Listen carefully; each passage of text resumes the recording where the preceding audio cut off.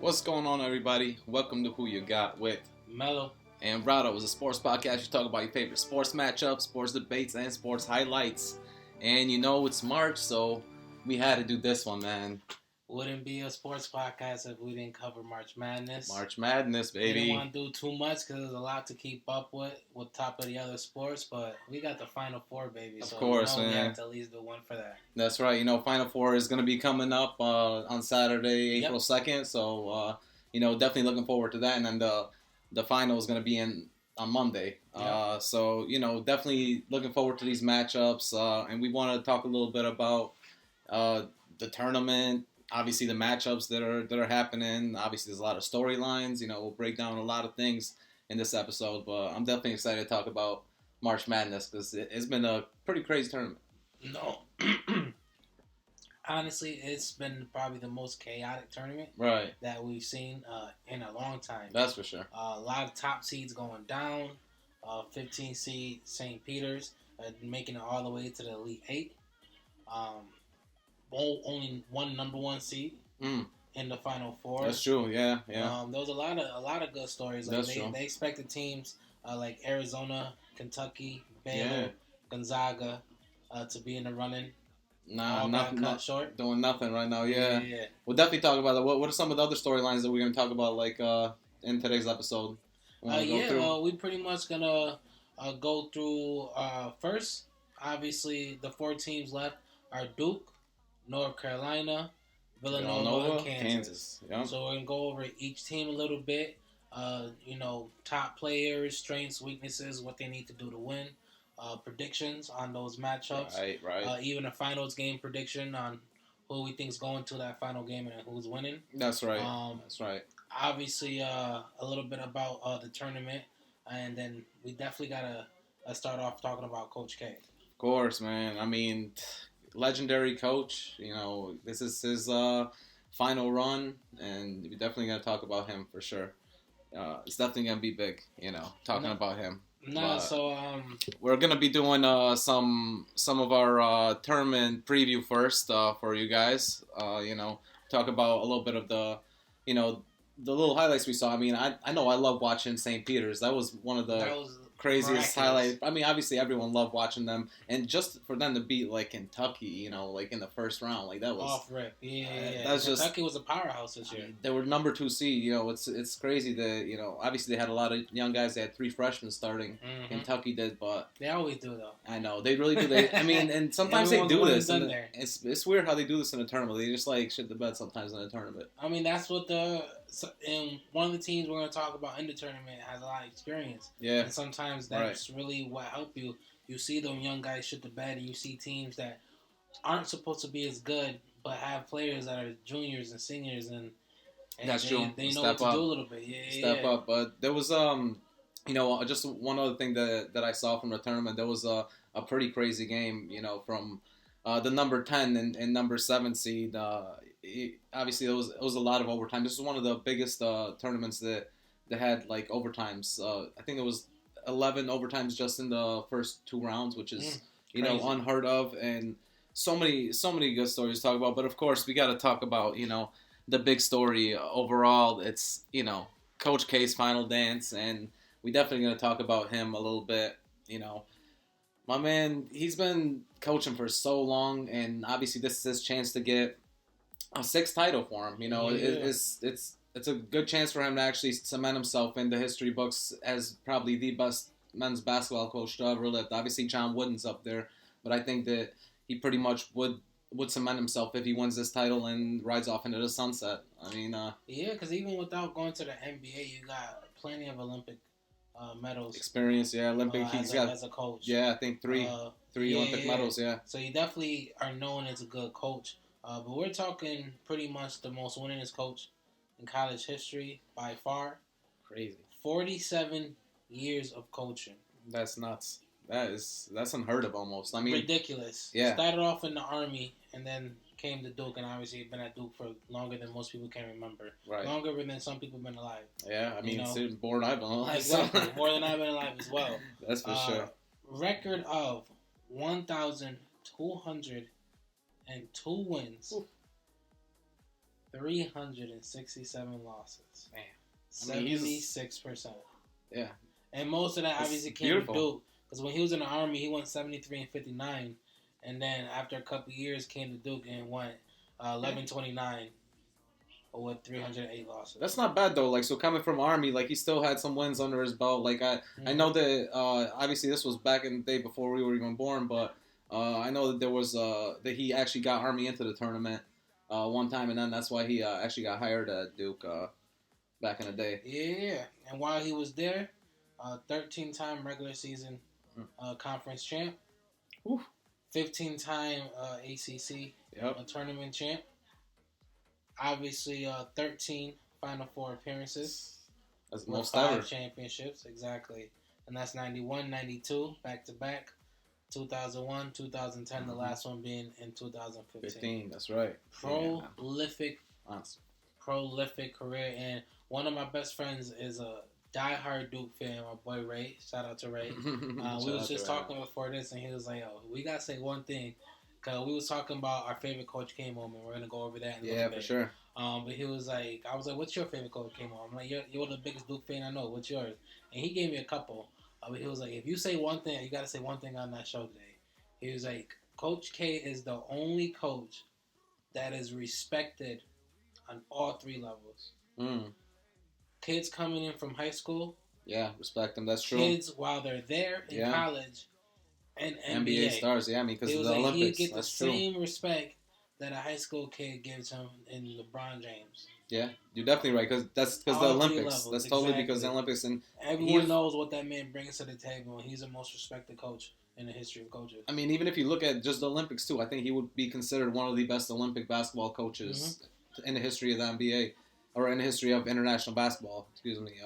Obviously, him and probably, the guy from the Spurs. Popovich. That's right, because I mean, he's had. From the Spurs. I'm just tripping out because he's been there so long, and I can't forget. Like these guys been there so long, and then obviously we're gonna talk about the other coaches a little bit later and the other teams. But Coach K, he's known for, Duke. Like, one thing that, Duke basketball is. I mean, do you think he's bigger than Duke basketball? Do you think Coach K is Duke basketball? Is he bigger than the actual school, you think? Oh, yeah, no. They're definitely going to put a statue. Yeah, of course. They're definitely going to put a statue on that campus for him. Right in front. Probably rename the stadium after him. Yeah. That's going to be that's going to take They're going to put They're gonna put a street named after him. Man, whoever's making that street is making money because all that signage with his name, how it's spelled out, they're gonna make some money. So he's definitely he's just an icon. He's literally an icon. Of course he is. Yeah. That is 4 generations. 47 years. Yeah, man. It might be 5 generations, but at least 4 generations. No, it is 4. I mean, 4 generations of tournament. It's crazy. His first Final Four was in 1963, which is almost 50. That's almost 60 years ago. His first Final Four appearance. And that was with the Army, obviously. That's nuts. That's crazy to me. He's been there so long. Around basketball, around college basketball as well. He's one of the best minds in the sport, and he has a way of knowing how to get the best out of his players. That's for sure. And speaking of their players, I mean, why don't we... before we do that, we got to give our best Coach K moment. Of course. Oh, that's what that's what I wanted to get into, actually. I want to talk about, our favorite moments, of that we've seen, or even, moments that, you haven't seen, but that you just, witnessed, highlights of, something like that, So there's a couple different ways of bringing this up. And I actually kind of talked about this already. I was like, what's your favorite Coach K moment? And now, me and you kind of was thinking of the normal game moments. Right. Or seasonal, maybe. He was actually I'm thinking of specific moments, you know. So mine was definitely the Minute Miracle, or the Miracle Minute, Maryland, when they were facing Maryland. Both of them, I think 01, they were both powerhouses. They both had good squads. They're pretty much down by 10 with 1 minute to play. Most people thought it was over. They eventually ended up forcing it into overtime and winning in overtime. And when I say they, I mean at that time, Jay Williams. Ooh, Jay Williams was there. They had Shane Battier, Jason Williams, Carlos Boozer, Nate James, and Mike Dunleavy. With Chris Duhon coming off the bench. Ooh, stacked remember. team. That's a stacked team. So Jay Williams pretty much. Chris Duhon was no joke either. Right? No, that's what I'm saying. And pretty much having that bench player as a sixth man, like he was pretty good. And all of them was be able to do what they needed to do to get work. But Jay pretty much got a layup, a steal, a 3-pointer, another 3-pointer, and then pretty much allowed Nate James to get 2 free throws to tie the game to get into overtime where they outscored them after that. So pretty much 10 points in a minute. That's crazy. Definitely thought it was over with. Damn. But that's a crazy comeback, man. That's like almost like that T-Mac 13 points in 10 seconds, like something like that. That's a crazy type of comeback. That's insane. Electrifying moment. I picked that because that was one of the moments I can really remember. Right. You know? And so now, like I said, we pretty much went towards player in-game moments. Right. So he was like, I'm thinking of Coach K-Mo, and I remember he's a Duke fan, so he knows absolutely everything. So he was like, I think about a couple minutes down, I think they were losing to like UCF or some random team like that. Well, Zion was on the team, and he was like, he walked into the huddle. He was like, gentlemen, you were born for this. You were made for this. And pretty much walked away. Zion was like, that's all I needed. I'm hitting every shot after that. Another thing he brought up was he told Jason Tatum he playing like a soft ass St. Louis boy, and Jason Tatum came and dropped like 20 something in the second half. Man. So he was like, there's certain moments he knows how to mold your player and knows how to get like the most out of him, motivate him really. And that just goes. Crazy. Jay Will came out, scored 10 points. Like I can't imagine what he said in that huddle, down by 10. Everyone think it's over. That's crazy. And he's like, no, it's not over. Oh man, yeah. I mean, to motivate your guys, like especially like you get so many different type of players. Obviously, you're getting like probably the best of the best by now. You know, because right now he's getting most of the number 1 draft classes. Oh yeah, 100%. But you know, just to be able to talk to these guys because they know they're stars already. They know they're moving to the league probably in 1 or 2 years, and you know, just to be able to mold them for that amount of time while they're there. He does it definitely better than most coaches. There's only a few that are on his level, and honestly, one of my favorite moments, one that I've seen is definitely when they won, in 2010. They beat Butler back in the day. Butler was Brad Stevens. Yeah, man. Butler was like a Cinderella story, obviously, but nobody was like thinking about Duke. Obviously, they were a powerhouse back then, but you know they actually held down that game, even though Butler had the whole crowd under them. You know, the crowd was literally everyone was going for it. They love to hate on Duke, and everyone wanted to see Duke lose. And obviously, it did come down to a last-second shot, but it was still a good moment, for Coach K to just get some revenge on a whole season wide because they weren't looking at him in the tournament that season. Right. But also, like one of the best moments that I've seen, like a highlight of. I mean, I wasn't around, like wasn't watching basketball back then. I wasn't really, even walking back then. But Monday during the national championship game is going to be the 30th anniversary of Christian Laettner's the Lightning Bolt shot, and that's when Kentucky they beat Kentucky in overtime, 104-103, and obviously it was only a Elite Eight game, but that was obviously to push them, and they won the rest of the tournament after that. But classic matchup. Classic, and literally, obviously they threw the inbound of the ball from one side of the court all the way to the other side of the ball or the other side of the court with only 0.6 seconds left. Christian Laettner caught it, turned around, and obviously made it. With them being down 2, when he had to, literally make it, just catch it and shoot it very quickly. One of the craziest moments that I've ever seen on highlights. Definitely one of the craziest buzzer beaters. The great game to watch too. For sure, because they were playing gritty. It was so back and forth. Yeah. Back and forth that game. That game was definitely good. There was a lot of lead changes in that game. Those they were going back and forth. The last quarter, they both scored like 20 points just in the last 2 minutes of the game, which is they were just going back and forth with each other, and that's a great moment for him, obviously, to be able to have that in the bag. It's the 30th anniversary, so Yeah. And now he got 2 more games to try to end his ride pretty much off into the sunset with another championship, another ring, and 6 rings. You're definitely going down as the best coach of all time. Like you literally already are. I mean, it's literally between two. It's between 2 coaches, John Wooden and him. That's the only coaches you can really go at. I mean, that's the only thing I can think of. But I mean, obviously, there's guys that are great as well. Like you got Jim Boeheim that's been great. Obviously, you had Shout out Syracuse, yeah, yes, and obviously you got even down in Kentucky. I mean, you got to give some love to Calipari, and then of course Williams when he was in North Carolina. You know, he obviously gave it up this year. This is the first year for a new coach, new young generation. So obviously, stepping up too. You know, there was some coaches that were like great, but none as great in this generation as Coach K. So definitely gonna give it up for Coach K and his final dance. Yeah, best of luck to him. But let's talk a little bit about their squad. The Duke team. Exactly. Let's go over the 4 teams, what they really got to offer, what they bring to the table, a couple strengths, weaknesses, keys to winning, top players. Mm-hmm. Let's talk about it. Let's do it. Yeah, and start off with Duke since we're already just talking about my man. Coach K, I mean, what do you like about? I know what I like about him. They got one of the best squads this year. 100%. All these teams are blue bloods, though. I mean, it's crazy that there were so many upsets early in the tournament, and then like all the blue bloods came together in the Final Four. So obviously they all have like high draft picks on their squad because they all have high draft classes, and Duke is none of. They had the #1 draft class coming into the season. They got guys, obviously, Paolo Banchero, who's going to be probably the #1 pick in the draft this year.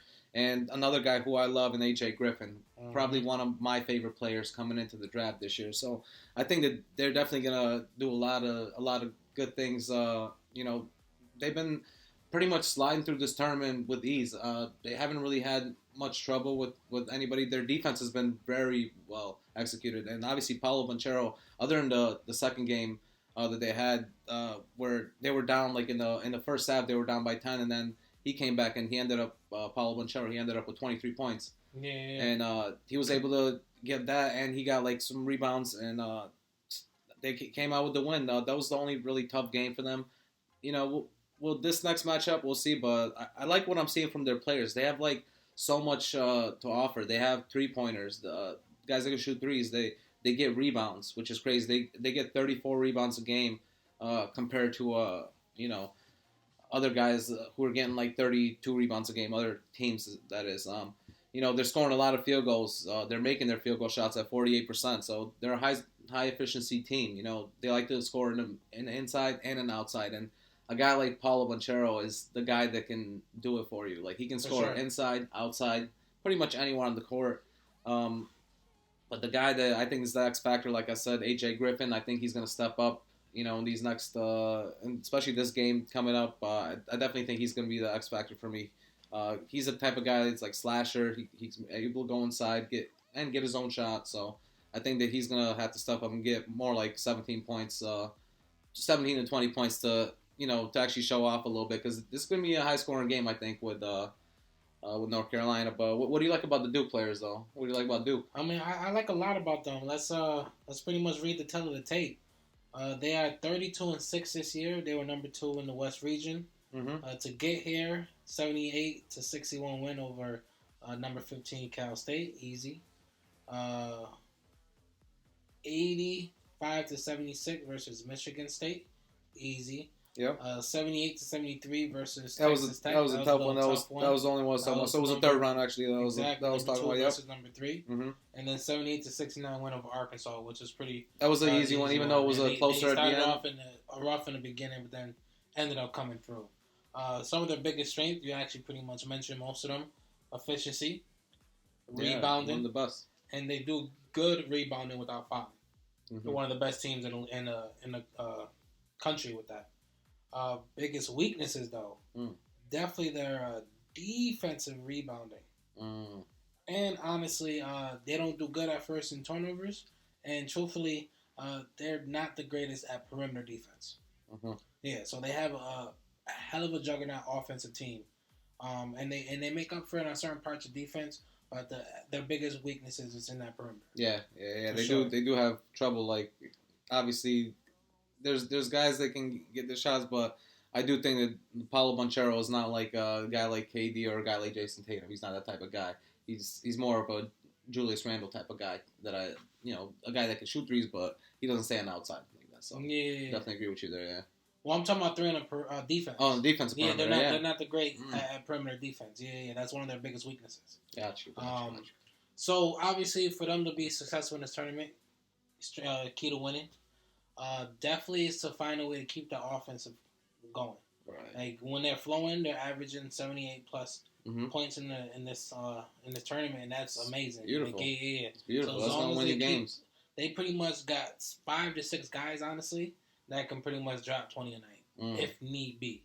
They just need to find a way to get all the guys going in a system on any given night where someone knows who's going to be stepping up and everyone else know who's going to be stepping back. Right. That's where they don't know. There's so many people on that team. They don't know. They don't know who's going to be the head of the snake. But I mean, they know Paulo is. But some nights Paulo is not hitting. He's not hitting. That's Someone true. else has to step up, and he has to learn to take a step back because he has teammates that that's can for sure. So if he's coming out against UNC hitting flat, take a step back, let someone else step up. That's for sure. But that's why I love what AJ did against. I think it was against Texas Tech. He went like 6 for 6 in threes. Which is crazy. Like so, yeah, it was the Sweet 16 one against Texas Tech. It was a tough one, but in the second half, that's where he came in, AJ, and he just started hitting those threes, and he came back for him. I think he's the type of guy that could do that again. He's the type of guy that could take over this team if you need him to be the number one instead of Paulo. Because if you need Paulo just to get you rebounds and get, obviously stay in the post unless he gets doubled and stuff, you need a guy that's going to be on the outside. AJ is the perfect guy. I mean, they do got other guys that can obviously shoot and stay on the outside. Obviously, I mean, Joey Baker, he actually, even though he's a forward, he actually stays on the outside a lot. He goes in that corner, shoots a lot of corner threes, and he's definitely the type of guy that can stretch the floor with for you. We'll see what the other teams have to offer, but I do think that Duke is probably the most talented team. Probably, like, if you look at just like on paper, they're the most talented team. No doubt about 100%. It. And they definitely gotta find a way to bring that talent off the paper, because like right now, one of the things that they're kind of slacking on is they rely on zone too much. Right. Because like I said, their man-to-man perimeter defense isn't the greatest on the perimeter, but they do good at dribble penetration. They do good at stopping like actual paint production when it comes to the other team. So they really have to find a way to. I feel like they rely on the zone too much, and that just allows them to be too complacent. And obviously, when you're too comfortable in the zone, teams can find a way to exploit. Yeah, they can exploit the zone. That's true. Especially with teams like UNC, they play you a couple times a year. Of course, they know how to exploit. They kind of know you. Yeah, you keep throwing at them. Yeah, you definitely got to play them different type of ways, and I do think it's going to be interesting. And I mean, definitely interesting to see what they got to offer. I mean, you got anything else you want to talk about with Duke? Yeah, the top 3 players. I don't even got AJ up there. I got Paulo, Mark Williams, and Theo. Mm-hmm. Yeah, Mark Williams. A lot of people like him. Like he was just injured like in the beginning of the season. That's why. Yeah, but he's been back. They're having great tournaments. So Paulo's 18.5 points, 7 rebounds, 3.8 assists, 1.3 steals, first pick of the draft, 1 block, and 8 of 15 from 3 this tournament. These are all tournament stats. Mark Williams, 14.5 points, 8.8 rebounds, and get this, 4 blocks a game. Yeah. But that was because he had like that 1-6 block game. Hey, the average out. I know. Average out. That's it. And Theo, John, 33 minutes. Not really. See, he's my X factor because when he's able to hit, he pretty much came in and like one half got pretty much 9 rebounds and 4 blocks. Yeah. So he's the one that they got a lot of forwards that can. And that's why I picked him over AJ. Mm-hmm. So yeah. I just think that they're going to need more scoring on the outside. I think AJ is going to be the type of guy that you need. I mean, I think they got a lot of forwards that can definitely get you rebounds, and that's huge because on the other side, we're going to talk about the other team that they're playing, and they got a lot of forwards as well. For sure. Before we get into UNC, let's talk about the number 1 seed on the other side, which is Kansas. Of course. And let's go over Kansas Jayhawks. Yeah. Only number 1 seed left standing. That's true. I mean, obviously the Kansas Jayhawks. They've been balling out for a while too. Blue blood as well. And obviously a lot of people know that they're probably. I mean, them and Villanova have been pretty much fighting back and forth. For titles. the last like 5 years. But Bill Self is obviously making his fourth appearance in the Final Four. He's coming up as one of the new best coaches. I mean, yeah, into the tournament. I mean, he had a great season, 32-6, getting them into the number one seed in the Midwest. Yeah, and obviously they had a decent path getting there with some good showings in the tournament, scraping over number 16, obviously number one. So scraping for Texas Southern, that was 83-56. Of course, yeah. Easy. Decent game, 79-72 against Creighton. Decent game, 66-61 defensive game against number 4 Providence. And then Miami, they scraped Miami, which I thought Miami was going to come in and play a lot better. I like Miami. You had Miami going far. I did, yeah. I thought Miami was going to at least even make it to the Final Four, maybe even further, but I just, they didn't play good at all. They didn't get no threes in that game. I think they missed like 2 for 16 or something like that. It was something terrible. They came out flat that game, though. Yeah. But yeah, no, Bill Self, definitely, he's one of the... A lot of people have Duke versus Kansas in the final game, but they like that storyline because it's the passing of the torch, so they say.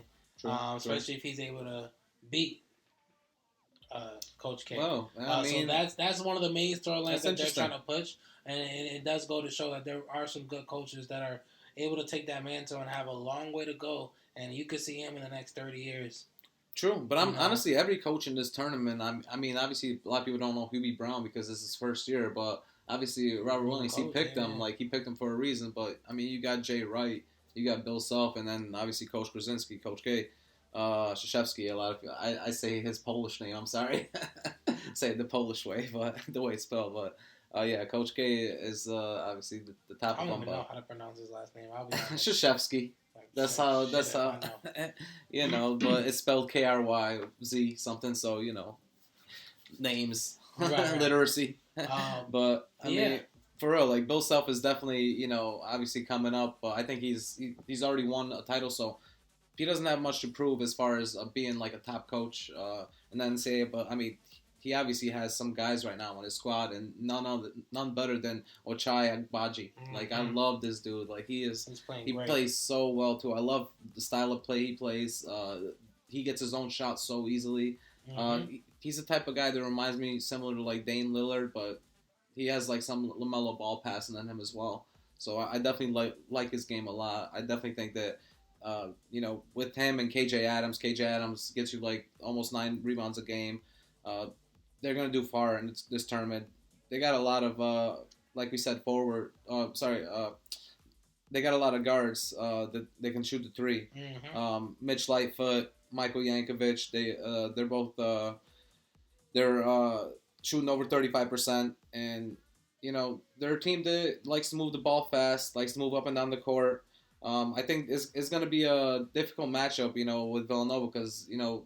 Obviously, Villanova, a lot of people already know the storyline that they're missing one of their best players, but I still think it's going to be a tough matchup because Villanova likes to move the ball up and down as well, and both of these teams, they like to score.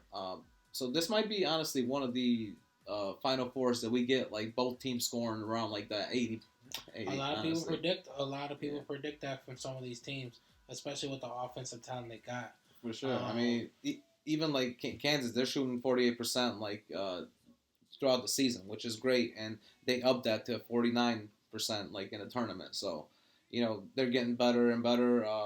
Their defensive rebounding is on point. They get a lot of assists as well because they're able to get a lot of 3-point shooting. They move the ball around outside a lot.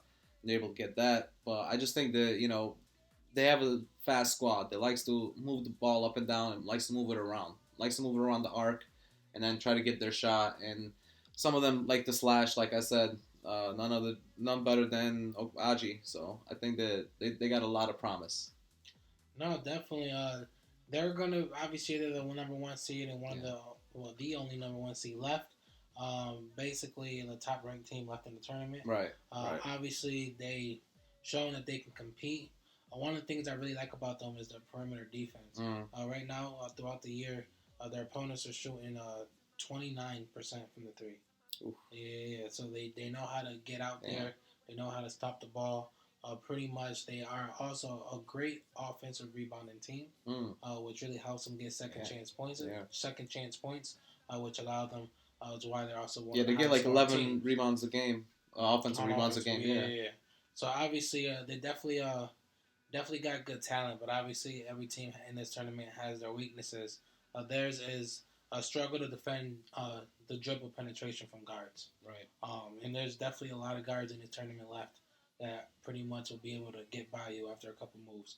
That's true. So that's one thing they have to pretty much focus on staying in front of those guards, especially to lead the ones that they're about to face in the next 2 games.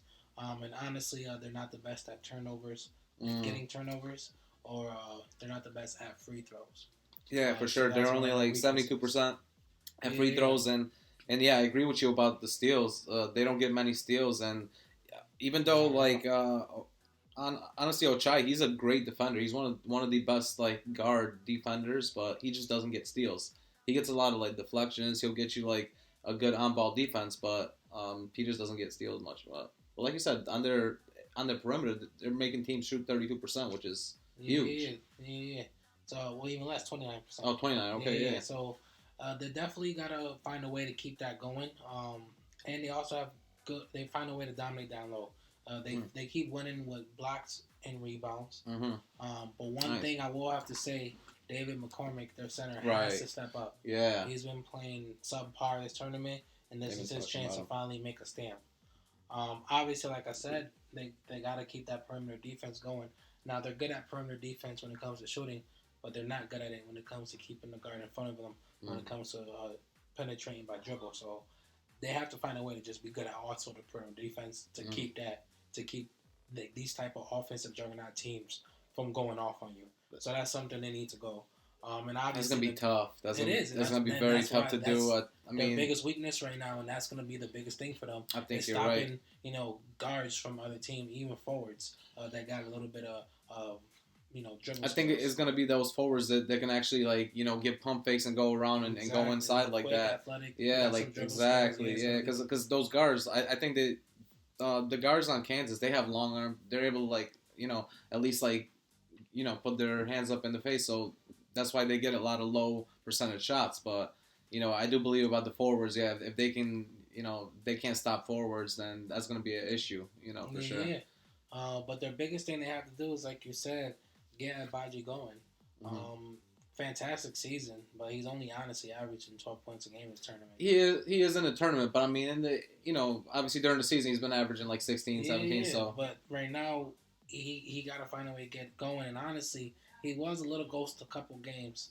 Early, he only had 10 points. A couple halves too. Like he was just very inconsistent and just not show up. Yeah, 10 points that first game, which they need a lot more from him if they want to go and get a championship. But also the reason why his I definitely agree with you. They need more from him. But the reason why his points are down is that first game was a wash for him. That he didn't even play that second half. He only got 9 points that first game or 10 points. Didn't even play that second half. So that's gonna bring his average down already. And no, I definitely they were up by 30. There's only 4 games to choose from. I mean, they were going against the 16 seed is what I'm saying. They were already winning by 29 or 30, and they won the game by 40. So they weren't gonna have him play in the second half, and that's why he should have dropped. He should have tried to drop 15. I know to try to keep that average up, right? He's supposed to be get your shots, man. He's supposed to be the head dog of that snake. But that's why they wanted. I mean, that's why I like that they were able to get that type of game because now their bench players were actually able to score a lot. They got a type. I don't think that Duke got that. Duke was, they didn't have a team to actually beat by 30. Even though they beat a team by 20, they still had to fight for that game. Kansas, they railroaded that first game and they actually had some guys on their bench get their confidence up for the tournament. Be able to hit some shots. So then later in the tournament, when you need a guy that's only coming in for 5 minutes to hit you just one shot, they can do it. And I do think that, like I said, their guards. Their guards are definitely able to do it. I definitely believe a lot in Mitch Lightfoot and Yankovic. They can hit 3-pointers. Even though they don't stay on the court much, they only get on the court 8 minutes, and then Lightfoot 13 minutes. I'm about to say once again, that's not even who I have. I mean, these are lower. I'm talking obviously the top guy is Agbaji. He has to step up, and obviously KJ Adams as well. But who do you got though for the top guys? I mean, for obviously like you said. Ochai, 12.3 points, 5.8 rebounds, 12 steals, 1.8 assists, 4 from 15 from 3. Christian Brown. Yeah, he's been playing good. Tournament stats: 11.3 points, 7.3 rebounds, 3.5 assists, 6 of 11 from three. And Coleman Lance. Another one that's been playing, coming off the bench, giving you 4 for 7 for three, 3 rebounds, 14 points, and pretty much a very short showing. So that's someone who is underrated, but if he gets going, right, he can get you some points. Yeah, for sure. So that's what I got for that. Nice, I like that. That's for sure. Yeah, I mean, they definitely got some players as well. Like I said, they're number one for a reason in their region, and there's a reason why they were able to like pretty much get through a lot of these teams pretty easily. But next up, we wanted to go through. On the other side, we got North Carolina. UNC, baby. We got to talk about them a little bit. Obviously, I just said Hubie Brown is their new head coach this year and first year after a long career with Williams. You want to talk a little bit about them? Yeah. Tell the tape. 28-9, number 8 seed in the East region. Path to Final Four. 95-63, scraping over number 9 Marquette. And usually 8 versus 9 isn't like that. 93-86 overtime win over number 1 Baylor. Yeah. In the next round. Yeah, man. 73-66 win over number 4 UCLA. Oof. And then of course the 69-49 scraping of St. Peter's, who as a 15 seed got to the Elite Eight. They got there, but they didn't show up at all. They couldn't shoot nothing. Like no twos, no threes. Like they were getting some free throws, but like they literally couldn't shoot nothing. St. Peter's, but look at what North Carolina did. Obviously, they had the overtime round in the second round, but just to go in there and beat Marquette handily like that, coming in, even a lot of people going into the tournament, they didn't believe in Tar Heels at all, because they didn't have a spectacular season, but they beat some good teams, and they had a good win against Duke this season. Obviously it was Coach K's final game, in Cameron Indoor Stadium where Duke plays home games, and North Carolina came in there and they beat them. So they've had times where they played great against the top competition, So what do you expect from them? Oh man, obviously they're a top team, ranked number 8, but clearly they show what they can do. Their biggest strength is rebounding. They're number 2 in the country in rebounding, right? And they're prolific at scoring. They are another team like Duke that have a lot of guys who can go off when they need to. It's gonna be a high scoring game. Like this tournament, like the Final Four is gonna be very high scoring. Like I know the defenses they're gonna be very hard to find defenses. Oh yeah, a lot of players are definitely gonna be just going off and getting theirs. But also like Duke, one of their biggest weaknesses is perimeter D, and also like Kansas, one of their biggest weaknesses is forcing turnovers. So we pretty much got teams that ain't even that great at perimeter defense. That's what I'm saying. Like about to get cooked. It's gonna be a lot of offense, but not a lot of defense. There's gonna be a lot of 3-point shooting, a lot of offense. A lot of these games, I think both of these games are gonna be going into the 80s, but we'll talk about that later. But about North Carolina, I love what they've been doing lately. At least what I've seen from the tournament from them, for sure. And a lot of people like haven't been given Huey Brown his love. He should be getting it. To get this team like this far in the tournament, being his first year, not knowing what to expect. I think that he definitely deserves some credit, and I think that Armando Bacot, I think he definitely deserves some credit too. Oh yes, he is nice, man. He's a beautiful player to watch. Gets double monster. Exactly what I was gonna say. Double doubles, like it's nothing for him. Like he literally gets around like 12 rebounds sometimes, like in the game, 13 rebounds. Like it won't be like surprising. Yeah, it's crazy. They got a good squad as well. They got 3-point shooters. I think that their rebounding is one of the best in the country as well. But it just depends on the perimeter defense on each team.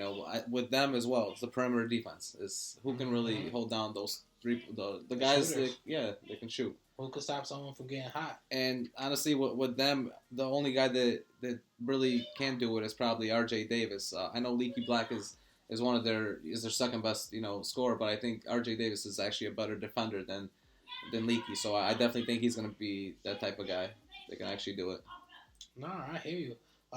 They got a great, great, great starting five. Mm.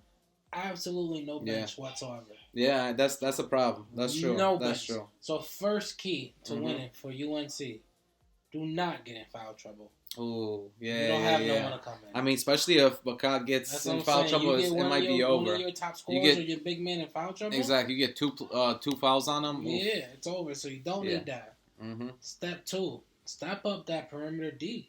Mm. That's gonna be the story of this tournament. Which defense is gonna step up and finally make stops when they need to make stops, and that's gonna become a lot on that perimeter. I totally agree with you right there. Yeah, because they actually UNC is one of the teams that actually have a losing record when they face teams when they lose on the outside. Right. Like that's how they lose. You know, so that's something that they're gonna die by the 3. Yeah, live by the 3, die by the 3. Exactly. But yeah, I mean, they're gonna die. Yeah, I mean, they definitely got some shooters as well, though. I mean, you got to give it to them, and their 3-pointers has been pretty well this season. 36% for the season. That's great. That's on par with Duke, and Duke has pretty much the same percentages, which it's great. I mean, obviously their field goals inside are not as much, and Duke has they average 4 points more than UNC, but I still think that overall UNC is a better rebounding team than Duke, even though Duke is still a great rebounding team. Oh no, UNC is definitely a better rebounding team. Yeah, I mean they still get more blocks than Duke, and I will talk about the matchup later. But as far as just the players, I think that they have more rebounders on the squad. The defensive perimeter is going to be tough. Playing defense on the perimeter is going to be tough for them. Like I said, the guy that needs to step up is RJ Black, and I think he's the guy that can do it. Especially if he's on a guy like AJ Griffin. Yeah, I absolutely love how we never keep choosing the same players. I know, but that's good though. Yeah, but we keep pretty much seeing different stuff from the same teams. So it's funny because I got my top 3, but before I even get into the top 3, I got to add in a 4th, and it's the one person that is actually I think has been one of the most improved players in the country. And that's Caleb Young. Yeah. So if they can get him coming off the bench, going off, it's good. Mm-hmm. But obviously, the top players, you said Armando Bacot, 16.5 points, 15.8 rebounds, 2.5 assists, and 1.8 blocks in the tournament. Ridiculous. Monster. Giving me Shaq vibes from back in the day in LSU. You know what I'm saying? Like he used to put up literally a 25 to 15. He's honestly, he reminds me like a Zach Randolph though. Zach Randolph. Brady Manick, another big man, 21 points, 8 rebounds, 2 assists, 16 of 34 from the 3, 47%. He's having a forward shoot like that. That's nasty right there, and 47%. Wow, boards. That's beautiful right there, man. Going off right there, yeah. That's beautiful. And then I got Leaky Black, like you said, number 2 scorer. Okay. Pretty much, he's. I like Leaky, man. He's a great scorer. Someone that gets good rebounds, and right now he's even averaging a block a game. Nice. Yeah, I mean, he's not the number 2 scorer, but he's one of the top options. Yeah, I mean, he plays that 3 position very well. Like he plays a 2 or a 3 sometimes for them, and I just think that like a guy like RJ Davis is gonna need to step up because, like we said, their perimeter defense is not that great, and I think that especially like they're gonna need to score 3s, and RJ Black's gonna need to do that too because I think that Leaky's gonna get his. He's gonna be able to get his points when he needs to. Mm-hmm. Armando's gonna get his rebounds. He's gonna get offensive rebounds and get putbacks as well as like free throws. But a guy like RJ Davis, I think, is gonna need to step up. He's just gonna need to for them if they want to move on. Yeah. No, for sure. That's it for me. But let's go on to that final team in the tournament. No, Villanova. That's right. And Jay Wright, obviously coming in. He's been around in the Final Four now for a while. He's been doing this thing, man. They're the most consistent team right now. I mean, with the most experience, standing. And obviously, they've been to the dance already. 2 years ago. This will be his 3rd title. If he wins this title, it'll be a 3rd in 6 years. That's what I'm saying. And they've been there 3 and 6. Right. So if they get to the final dance, but at least the Final Four. So yeah, tell it to take. Great season. Great season, man. 30 and 7. Number 2 in the South region. Mm-hmm. Path to the Final Four. 80 and 60 scraping over 15 Delaware. Yep. 71 and 76 win over 7 Ohio. 63 to 55 win over 11 Michigan.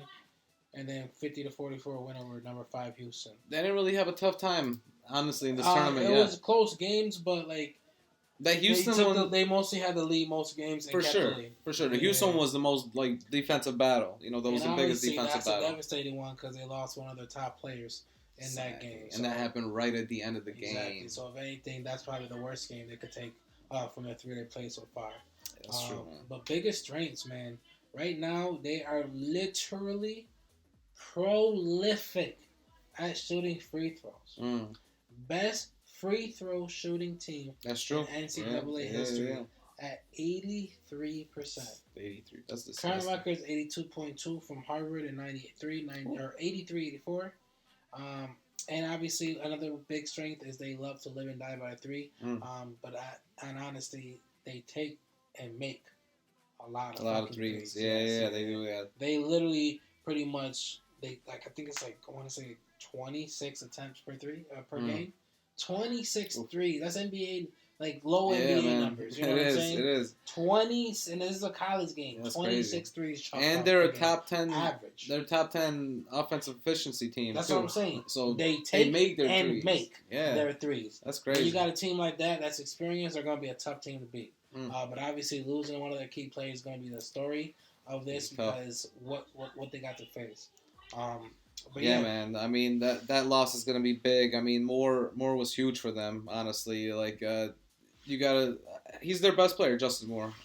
You know, and I definitely think that a guy like Giuseppe's going to have to stand up. Colin Giuseppe, I think he's going into his place, and we'll see if it's him or if it's going to be a guy like Antonio, or however you say it, Brian Antonio. I'm sorry to misspelling your name, but don't worry, my name's been misspelled my whole life. So, but anyways, I definitely think that he's gonna have to step up. They definitely got, like you said, guys that can shoot threes, but they're missing a guy that makes 13 points a game for them, 13.5 or something like that. So this is a huge loss for them. It's a huge loss for them. Ridiculous. Yeah, and I definitely think that they're gonna have. They're going to be the only team that is actually having consistency on the defensive level, especially in the Final Four. I do think that they're one of the only teams that's ranked top 20 in defensive efficiency in the entire tournament. So I think that they're the only ones that can actually stop teams from scoring. But even them themselves, they're very inconsistent with that. Some games, though, they'll be very good at stopping the three, and then some games they'll allow teams to get over 36, 38% in the three, and that's not good for them. They need to keep teams around that 32%. Yeah, you can't live and die by the three on your end and then fail to defend the three on the other end. That's for sure, but they're one of the best at it, though. They're top 20 in defending, efficiency defending, which means they're getting a lot of, knockaways and obviously different type of, possessions, obviously steals, blocks, whatever. So that obviously counts in that too. But I just think that, as far as defense, they're the best defensive team out of all these Final Four teams. If you look at all, overall, I think that they have more size than anybody else. I mean, they got guys that are statures. Demir Cosby, Roundtree, he's a big boy, at 250. And then Njoku, who's 6'9" at 260, and these are going to be their centers. And a guy like Paolo Banchero is going to have to probably be against these guys, and I definitely think that that's going to be a issue. But they got size as well, so that's why they're able to play very well defense. They're able to get stops inside as well. They're a very high efficiency team on both sides of the ball. For me, the issue is if they're going to have enough firepower. Exactly. Missing. And that's the question. That's the big question with them. What do you think about that? Obviously, pretty much missing Justin Moore just puts such a dent into what they have to offer. But they still got other players that they could find a way to get it done if they show up. Right. Obviously, went over the biggest strengths, but the biggest weaknesses definitely got to go on every other type of scoring besides three.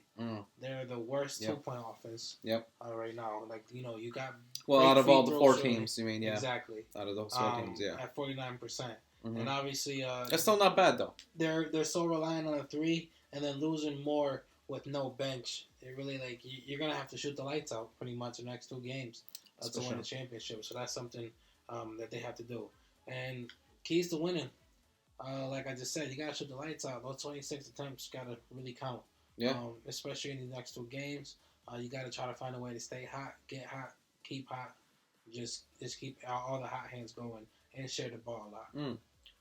Find a way to step up their defense. Like you said, they got good defense, but they don't have great size. So right now, Aaron Dixon, Jermaine Samuels, Brandon Slater, great in the paint, doing what they're supposed to do. Yeah, they do their work. So they need to be able to step up and pretty much be good with stopping the penetrators. Because on the defensive side, when it comes to the perimeter, honestly, those guards and forwards are just kind of getting blown by. That's true. And like I said, that's just going to be the story of this tournament. You do need those big boys to step it up, and I do think that they're good at that, though. They're able to, like, put their hands up, and they don't foul that much, which they're good at, you know. They've been stepping up this tournament for that. And then one thing, and I think it's going to be the biggest thing for them, is composure and experience. Right, that's for sure. They got to play like they've been here before. Hey, but the one team with the problem is they haven't.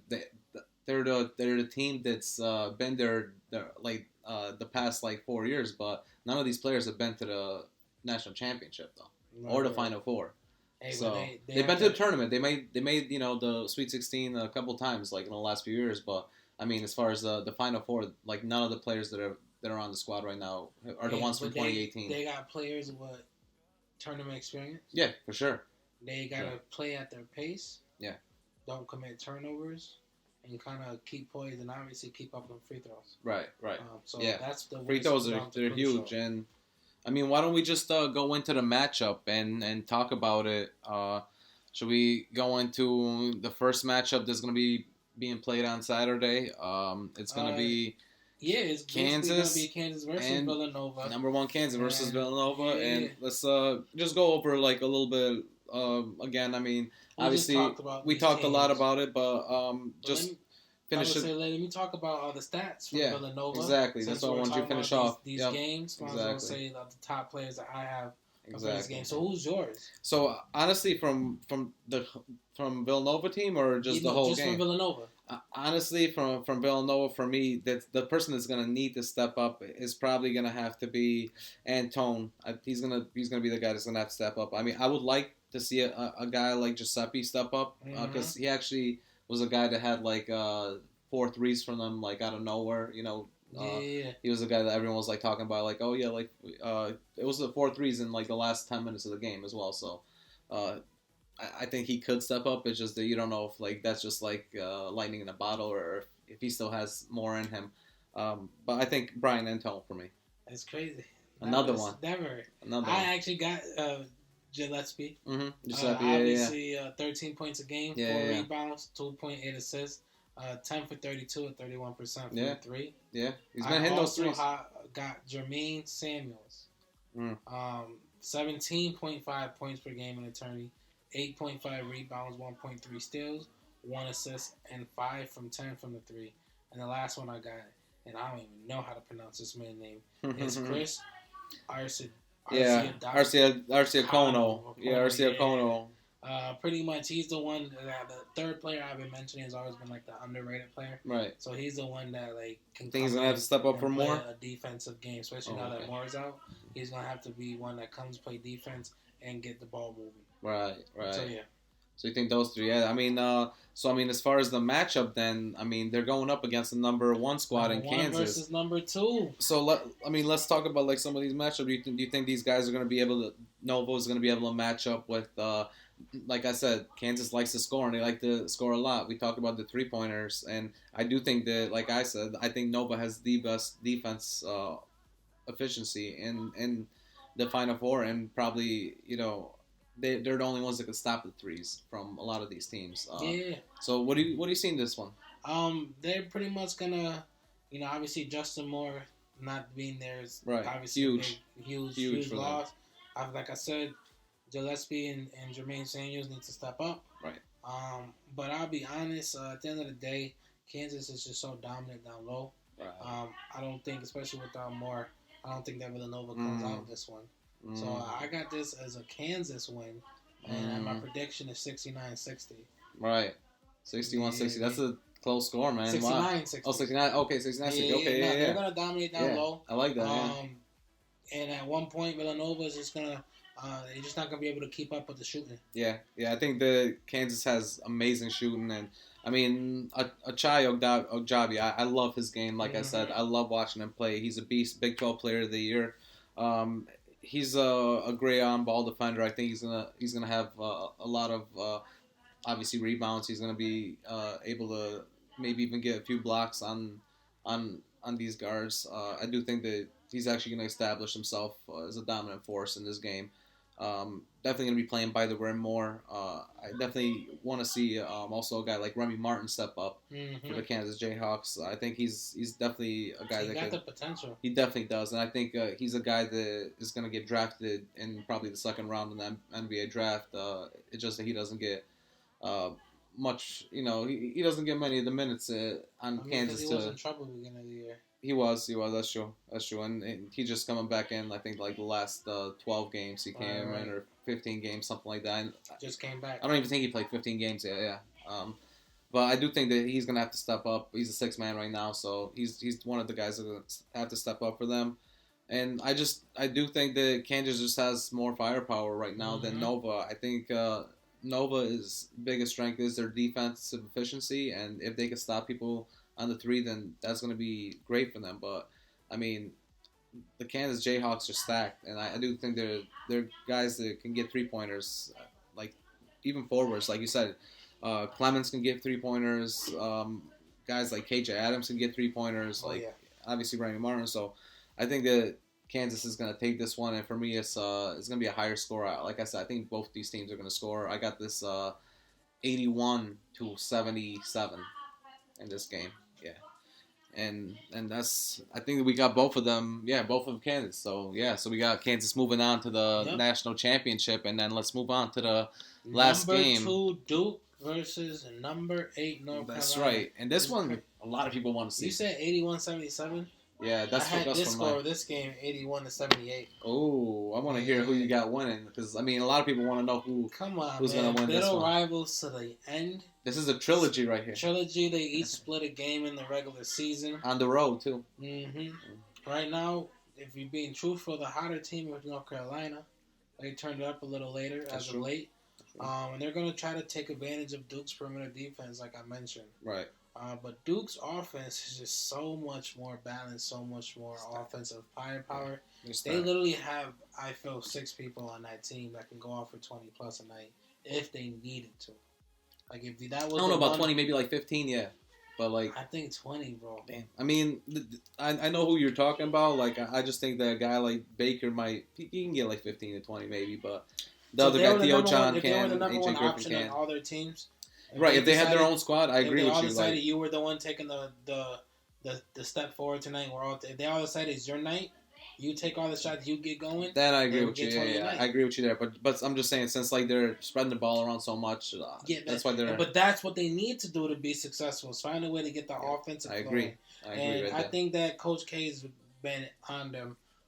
Like they know how important this game is, especially against North Carolina, especially since they let them ruin Coach K's last home game. So I think they're really bitter.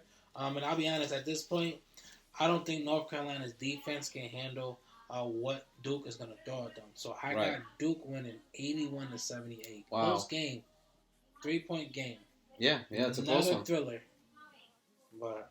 That's a pretty close to a thriller. I mean, because I got the first one very close, 4-point game. This one, so yeah, 3-point game is good in this one, and I agree with a lot of your points, especially the point about their defense, UNC's defense. I don't think they're going to be able to keep up with just the amount of firepower that Duke has. I mean, none other than Paolo Banchero. I think everyone knows that he's a certified like top 3 draft in NBA, probably number 1 draft pick, and he's going to be making plays all around the court. You're going to see him. He's a dangerous player, man. I think that Duke, man, they just their highest ceiling is just shooting the 3. I think when they're shooting the 3, they're hot. In this tournament, they've been hot. Like against Texas Tech, they won 17 for 24. So if they can like get some magic like that again, they were shooting. I mean, obviously that's like something crazy, like shooting 17%, and that's 2s and 3s. that's a crazy half. But if they can even get close to that, shoot like 50% in the half, that's going to be huge for them because I think that a team like North Carolina is gonna be able to actually out rebound a team like Duke. They got more size down low, I believe. For sure. Other than that, I agree with a lot of your points. I think that Duke is gonna get their scoring easy. I think guys like you said, Theo John's gonna be nice, but I think AJ Griffin's gonna step up in this game, and I actually expect him to get like 20 points in this game, over 20, probably like 21 points. I think he's gonna get his threes and probably some free throws as well, and UNC is gonna have a tough time, but they're gonna be going back and forth up until like the last 7 minutes of the game.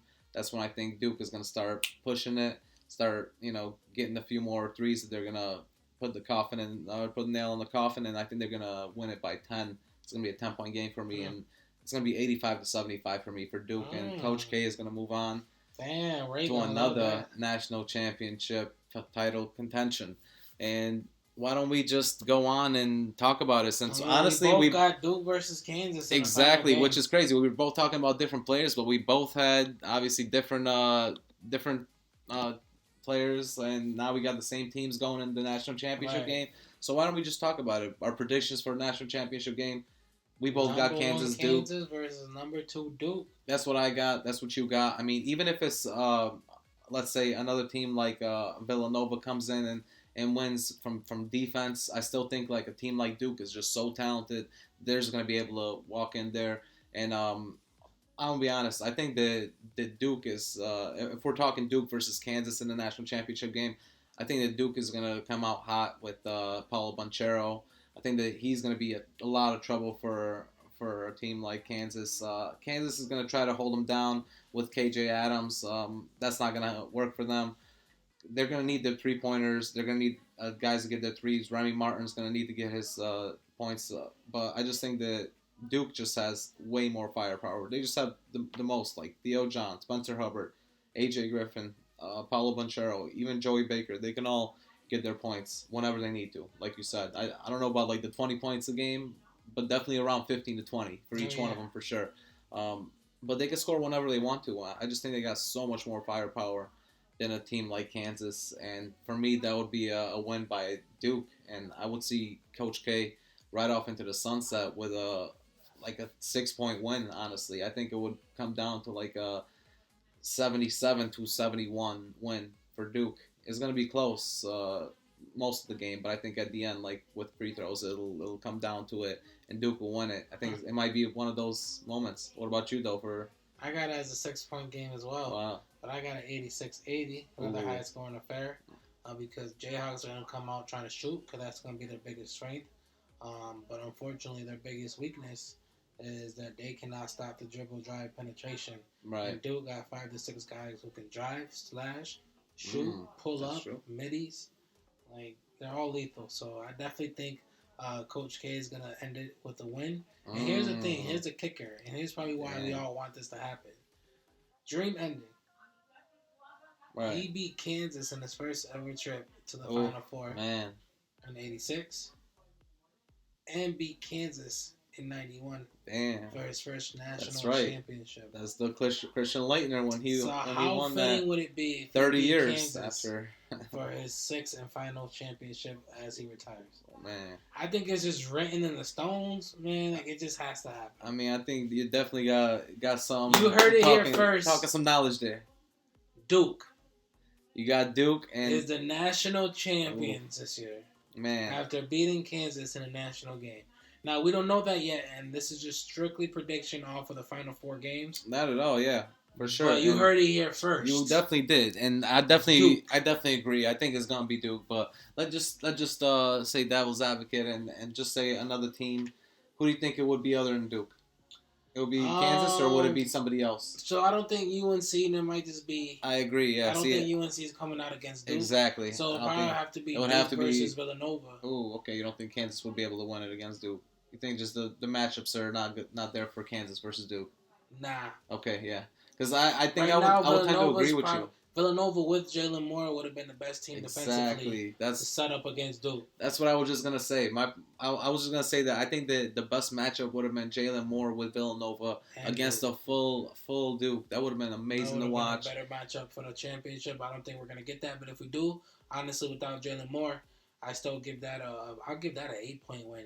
I'll give that a 78-70 win for Duke. Right. The reason why I got this lower scoring game against I would still probably give it to Duke.